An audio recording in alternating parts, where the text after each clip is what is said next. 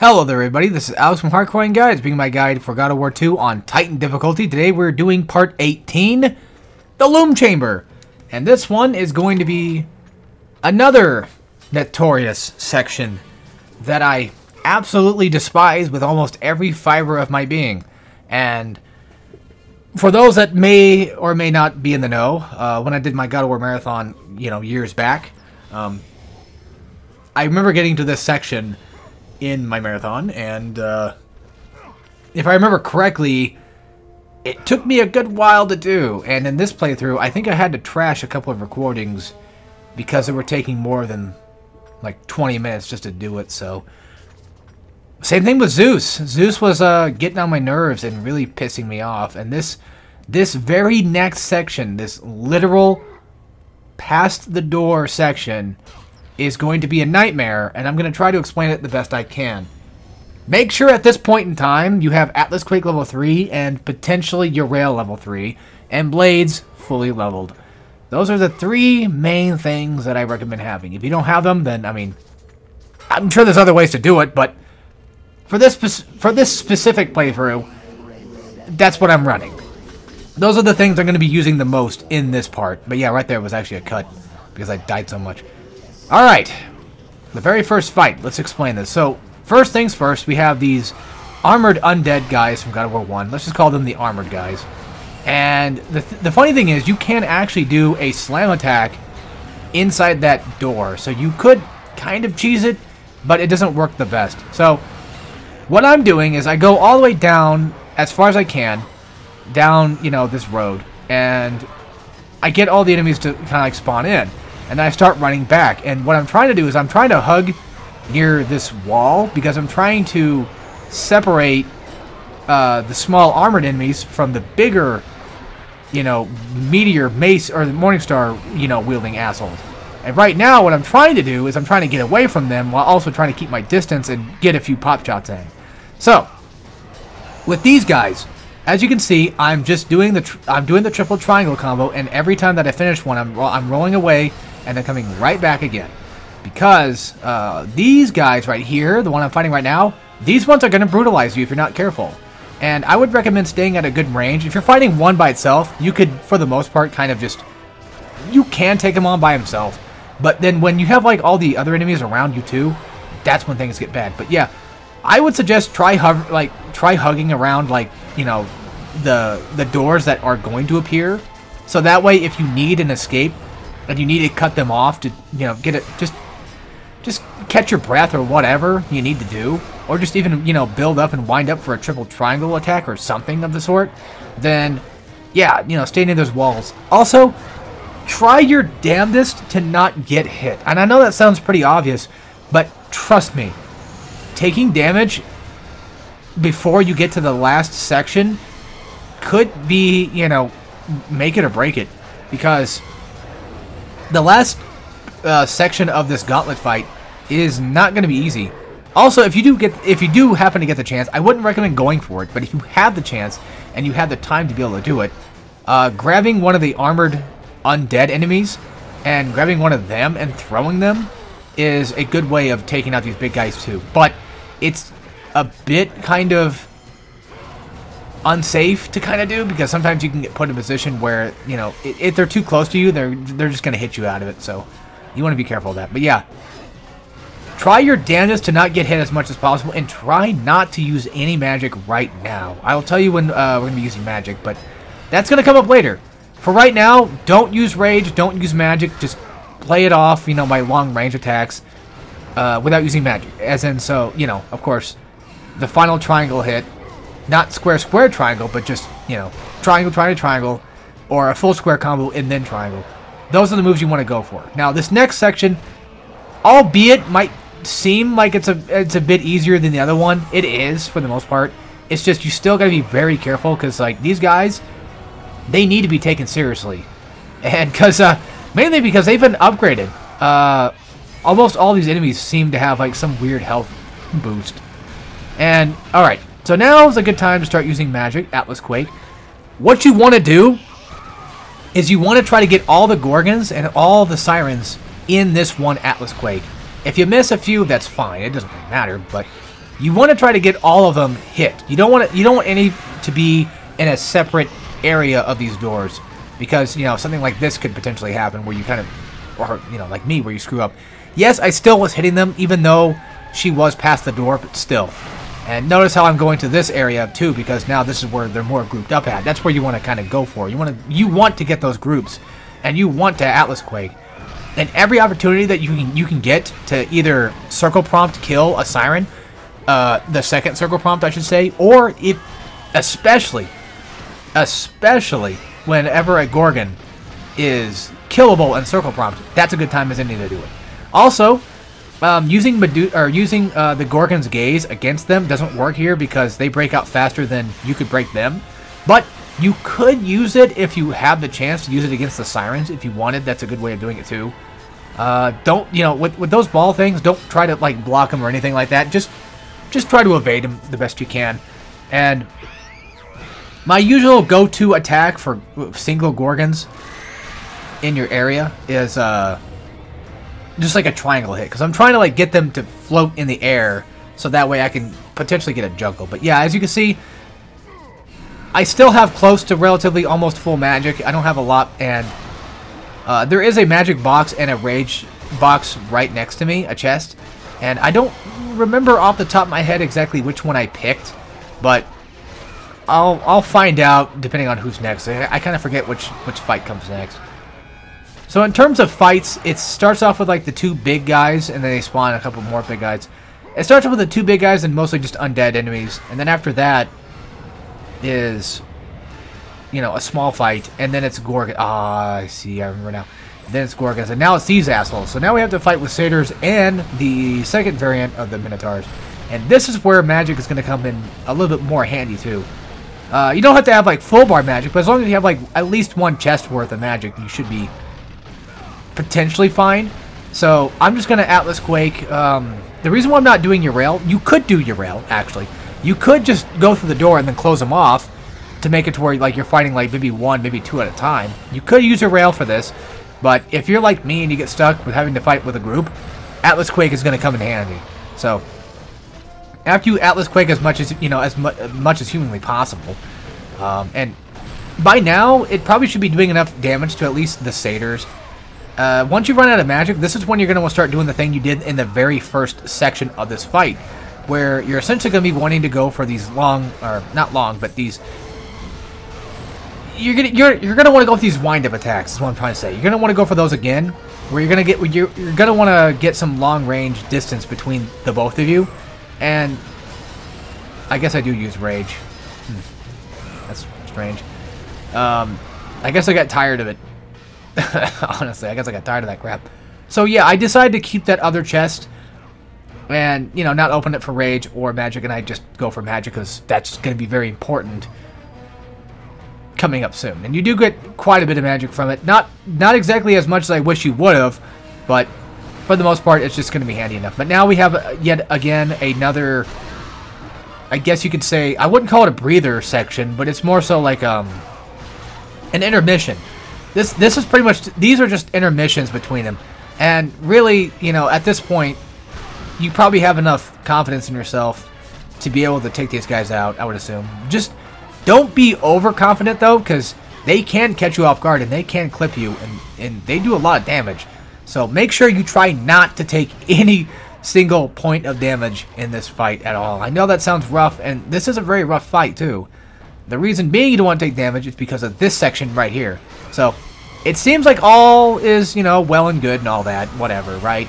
You're fighting relatively, you know, the simple, basic enemies. Also, when it comes to throwing guys, go for the undead soldiers. Do not go for the other God of War 2 guys. You want to go for the God of War 1 guys and throw them instead. The other ones just don't do enough damage, and they just don't have a good AoE. So, I got pretty lucky where I essentially locked off one from the other, Cyclops-wise, and here I am getting pretty much my ass destroyed right here. If you have the ability to, you know, of course, go for Atlas Quake. And right there, what I was doing was I was doing the same thing I've been doing for the rest of the fights. Is just getting away from them and then waiting for, like, trying to, like, bait them into my triple triangle combo. And then after I do it, you know, the triple triangle, is when I decide to, you know, dodge away and try to keep away. But yeah, this was getting pretty damn hectic. And using the doors to your advantage could also be very good too. Because like trying to close one off from the other, especially for the Cyclopses, is going to help you tremendously. And if you can, if you have the chance to, throwing one of the undead enemies at a Cyclops is going to be very beneficial too. I wouldn't recommend it as your priority. I wouldn't say like, oh, go for it every single time. Like, try to get them in circle prompt. No. You want to kill them. You don't want to get them in circle prompt. If you do get them in circle prompt, then go for it. Also, if you get them far enough away and you're running low on health and magic, you could bait them into the other, like the left side where the doors are and not, you know, where the next big door is at. And then from there, you could make your way over and grab a health chest and magic chest, because it does take them a bit of time to get over there. But you have to make your way back to do that. So, yeah, that was the main plan for a bit there, was to go all the way back and then, you know, wipe a few out and then try to bait them into those sections with the doors and then come back down here and grab some health and magic. But as you saw, I took a bit of a beating, and I wasn't having it, you know. I was like, no, you know, they can beat me down as much as they want, but this is the point in time where I have to beat this fight. Whoa, that scared the shit out of me. I heard a noise all of a sudden. I thought it was my phone going off or something, but no, it was just my earphone that was sitting on my keyboard that I have. So, yeah, that was a scary, scratchy noise.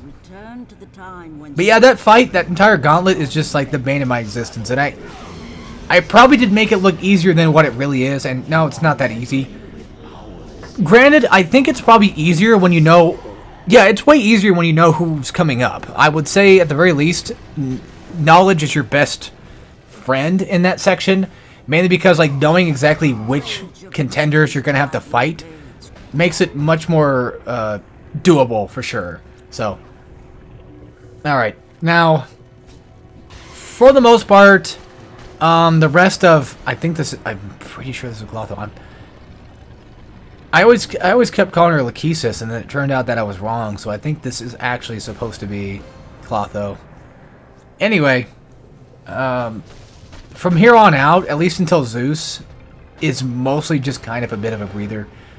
We can at least relax now, because most of the hard fights are done until Zeus. Zeus is where things are going to get much more painful and engaging. Also, don't worry about the hands. If they do grab you, then you can do like a quick time event thing to get away from them. So, yeah, thankfully the devs thought of that, you know, and decided to say, yeah, that would be kind of unfair if you had to travel all the way back. Speaking of unfair, I can't wait to show off the next area, or like the next floor.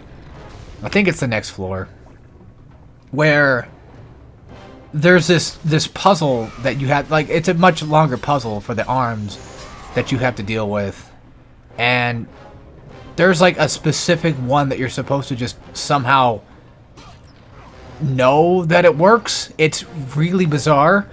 Yes, it is this floor. Okay, so starting off, they're going to show you the order of things they want you to do. I'm going to skip that cutscene because it's like 10 minutes fucking too long.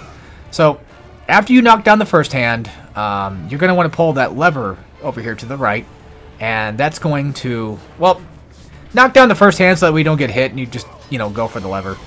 Luckily, you can parry, and for the most part, I think block most of her attacks.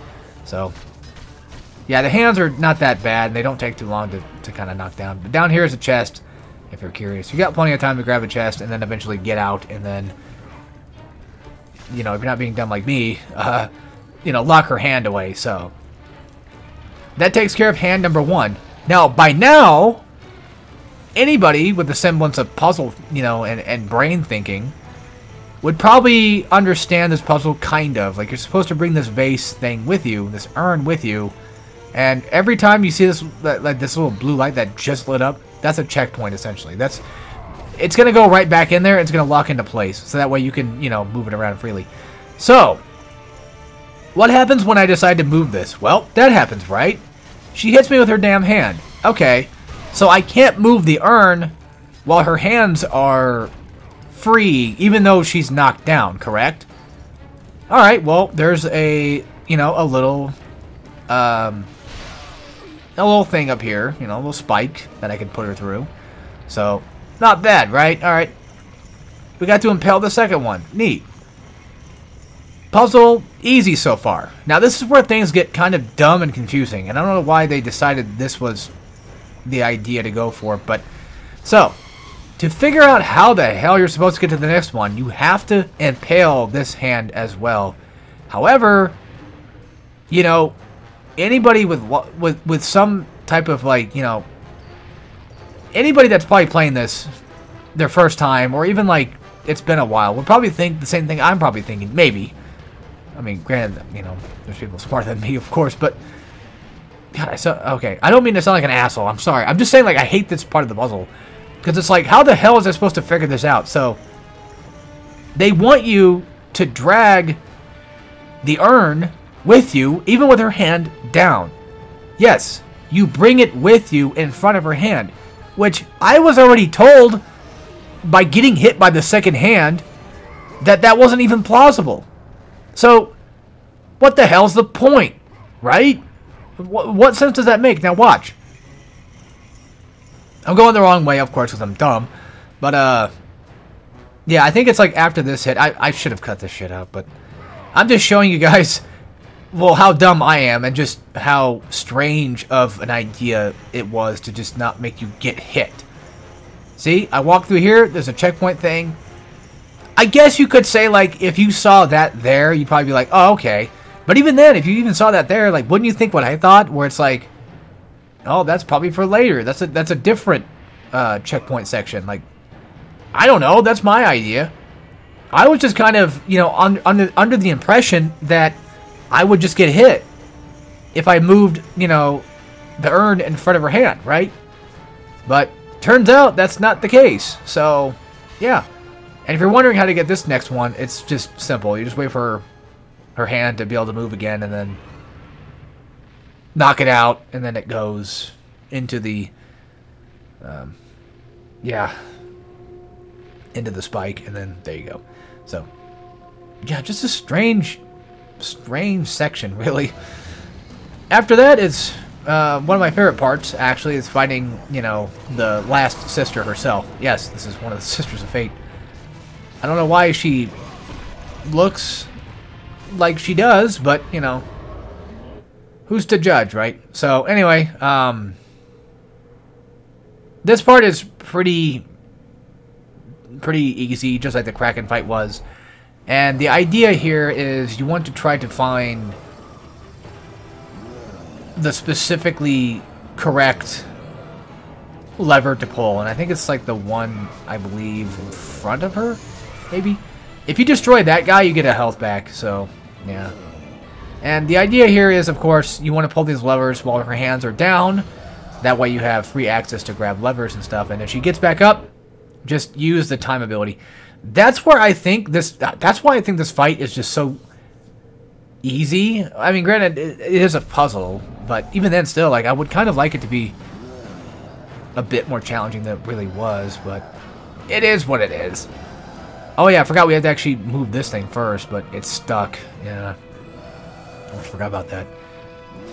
I do wish that she put up more of a fight, but seeing that she's pretty much just weak in general, it makes sense. But even then, that's like a couple of bosses almost in a row that are just puzzle bosses that just end up being kind of pretty simple for the most part to deal with.